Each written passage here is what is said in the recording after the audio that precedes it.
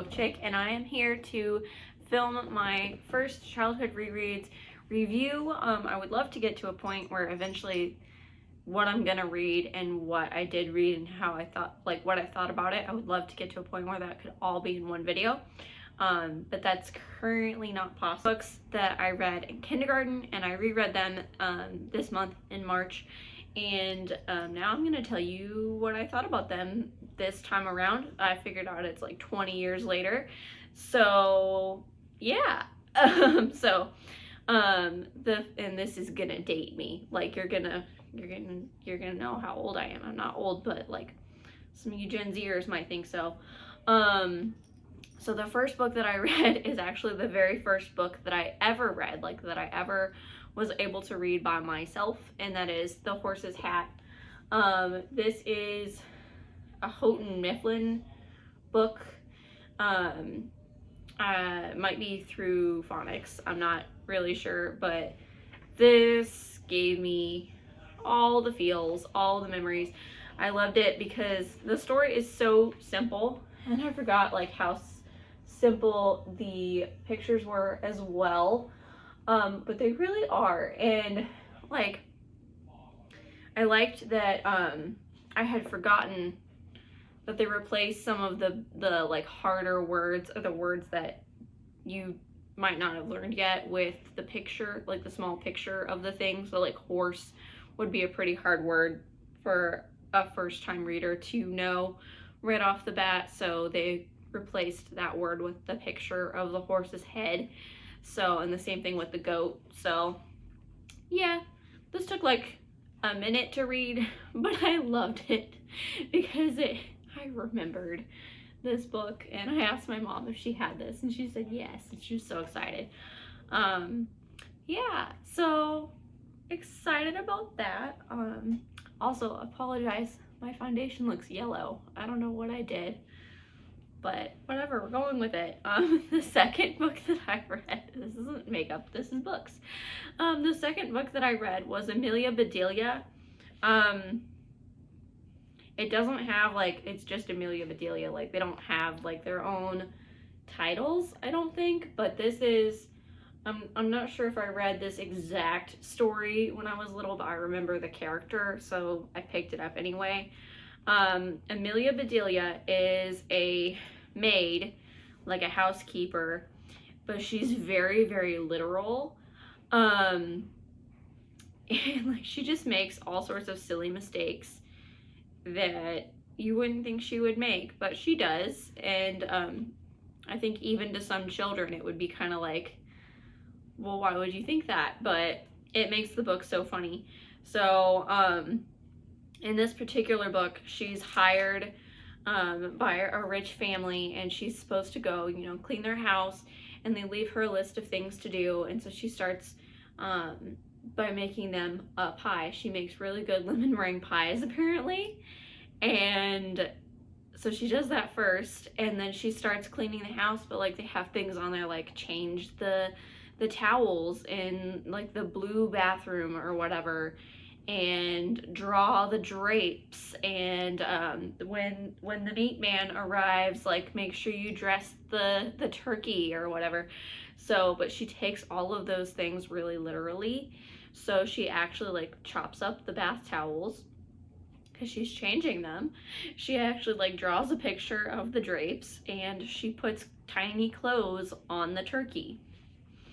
So like proving that if directions are really vague, maybe they might not be completed correctly. So, but I loved it. It was so funny. It took like 10 minutes to read.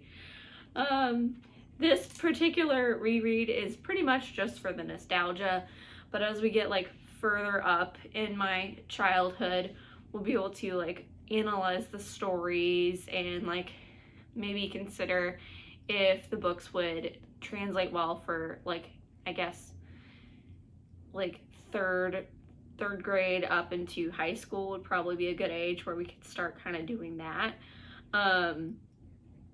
But then at that point, you know, we'll be able to analyze the story and consider like, would kids today understand this, or will they be like totally lost? So see how they translate 20 years later. But yeah, this one is purely for my entertainment, my nostalgia. The next one is Cloudy with a Chance of Meatballs. It did not have a dust jacket when it came to me from the library. However, it is a talking book. It's a Vox book, so you can listen to it. It has like a little device stuck to it that allows you to listen to it. I'm not sure why I thought there like was something to do with scientists with this book. Like I thought that was a thing that I remembered from my childhood, but it's not. So it's actually about that Grandpa is telling. Oh, it's talking now.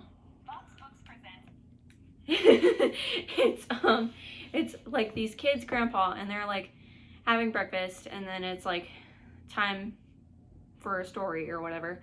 And so he starts telling them a story about this town called Chew and Swallow, and they don't have to go to the grocery store or anything because the food just literally rains from the sky, and no one really knows why, but that's how it's always been. But then one day something happens and the food just like, it was like different things for like breakfast, lunch, and dinner. So like it would rain like eggs for breakfast, and then like hamburgers for lunch, and then like something else for dinner. But one day like it just changes and it starts raining like the same thing for an entire day. Or like, you know, your condiments arrive late or something, and then like eventually like so much food that they can't possibly eat it all, and then at one point like everything just gets giant, so it's like no longer safe to live there, so they wind up sailing away on like giant slices of stale bread and going somewhere else, and they have to learn how to grocery shop. And like this story was just so random, and I remember thinking that as a kid too. Like I remember just thinking like, what on earth? Like, okay. But it was funny. I liked it as a child, and I like it now. I don't know why. I can't explain it. Like there's no logic. But that's kind of the point to fiction, right? Like it's supposed to be fun and silly, and this is like the perfect embodiment of that. So yeah, I think maybe I liked it more this time around because I understood that it was just supposed to be funny and not to judge it. But I didn't understand that as a kid. I don't know why. The next book I read was Addie Learns a Lesson, which is book 2 in the Addie series. My laundry's done. And this is an American Girl story. So in this story we follow Addie, who is a like newly freed slave who arrives in, it's either Boston or Philadelphia. I forget. Philadelphia. And her and her mom arrive in Philadelphia, and they've just like escaped the plantation, and now they have to like find a job for her mom and like a way to live, somewhere to live.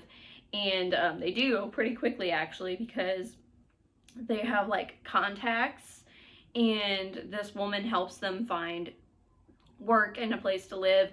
And then Addie finds out that she actually gets to go to school, which is really cool because that's not common. When this book is set, this is set like during the Civil War actually here in the US. So at that time, African Americans were not allowed to attend school, but there were several churches and things that would like create their own school, and it was like purely for African Americans, and they were often taught by African Americans who had either taught themselves to read or learned from their masters who like broke the law and taught them how to read. So she is learning, and she's learning to read at this point, and she starts teaching her mom how to read and write. So this was just a really cute little story, also a bit of drama. I forgot about Harriet. Harriet is like the rich, popular girl who had, like I said, this is set during the Civil War. So like you might have two dresses if you're lucky.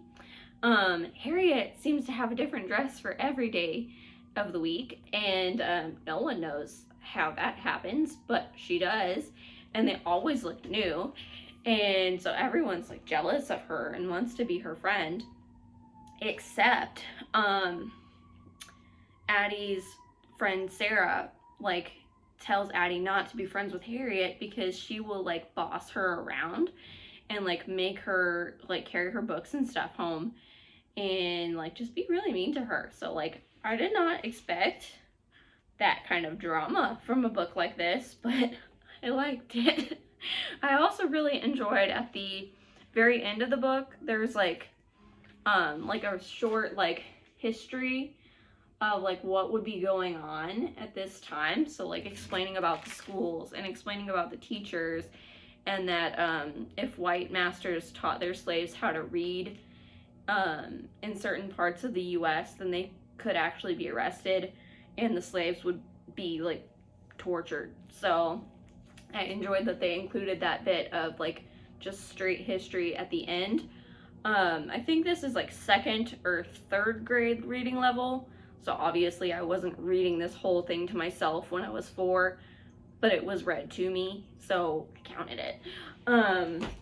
The next book I read is Katy and the Big Snow, which is very fitting for here in the Midwest. I did not actually remember this story, but this book is well loved, and I remembered the cover, so that's why I picked it for this month. This is basically about a snowplow who, like, the snowplow's name is Katy, and the town, like, just waits for the big snow every year, and then whenever there's a big snow, and the other snowplows get bogged down, then it's Katy's job to go out and, like, plow the town out, and so she does. But that's pretty much it. So, like, it's just about how hard Katy works and how important snowplows are, I guess, but it was a cute story. So, yeah. The next book is an all-time favorite, I think, of many, many children. It is If You Give a Mouse a Cookie. So this is basically like what would happen if you give a mouse a cookie. It's exactly what it sounds like.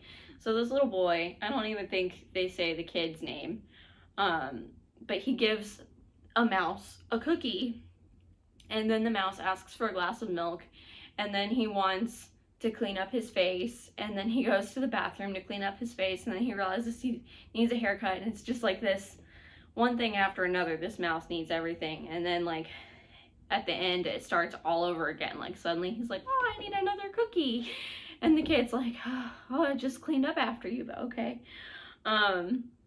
So this is just full of like super, super cute artwork.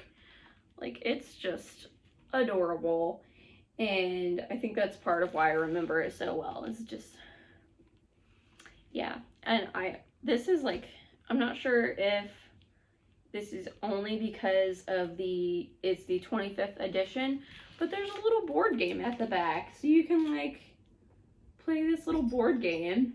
It's kind of like Candyland, I think, and just have fun with it. So that's pretty cool. But yeah, I really enjoyed all of these, again, 20 years later, purely for the nostalgia. There was no other reason. But yeah, so I guess if you enjoyed this video, hit like and subscribe, and stay tuned for my like first grade childhood rereads. So yeah. So I will see you again soon. Bye.